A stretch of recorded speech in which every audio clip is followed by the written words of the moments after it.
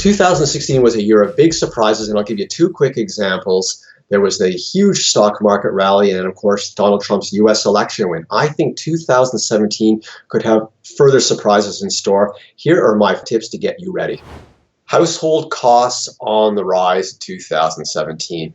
Some people at Dalhousie University tracking food prices are projecting 3 to 5% increases there. I know we saw a lot last year. Prepare for somewhat higher food prices again this year. Gasoline looks like it could have the potential to trend higher. Another thing I'm keeping my eye on are utility costs. Now, I know property taxes in a lot of major cities are sort of holding the line at 1 to 2%, but I'm seeing utility costs in my own life going up considerably more than that, and I'm also seeing public transit going up more than the inflation rate. So those are some other areas to look at as well. We already saw mortgage rates rise a little bit in November 2016. I'm talking here about fixed rate mortgages.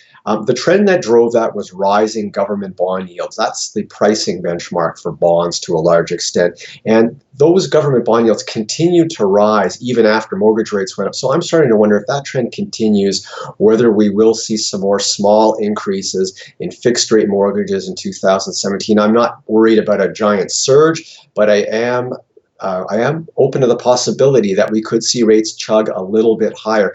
If you are looking ahead to renewing, I would talk to your lender as soon as possible about locking in the rate that you want. Regulators have asked the investment industry to tell you in dollar terms how much you're paying in fees to your advisor and to your investment firm. And they've also asked them to provide personalized returns that should go back to the day you started the account. You're really going to find out how you're doing over time now, not just how this quarter compares to the previous quarter. You have to play along and do your part, though. You have to read the account statement your investment firm sends you and start to think about not just how much this is costing you, but the value you're getting for the dollars you spend. And final point for 2017 is be cautious about the stock market. I'm not making a stock market call here. I'm a personal finance columnist, not a stock market analyst. But I do think the Canadian market had a ginormously good year in 2016. The U.S. markets did really well.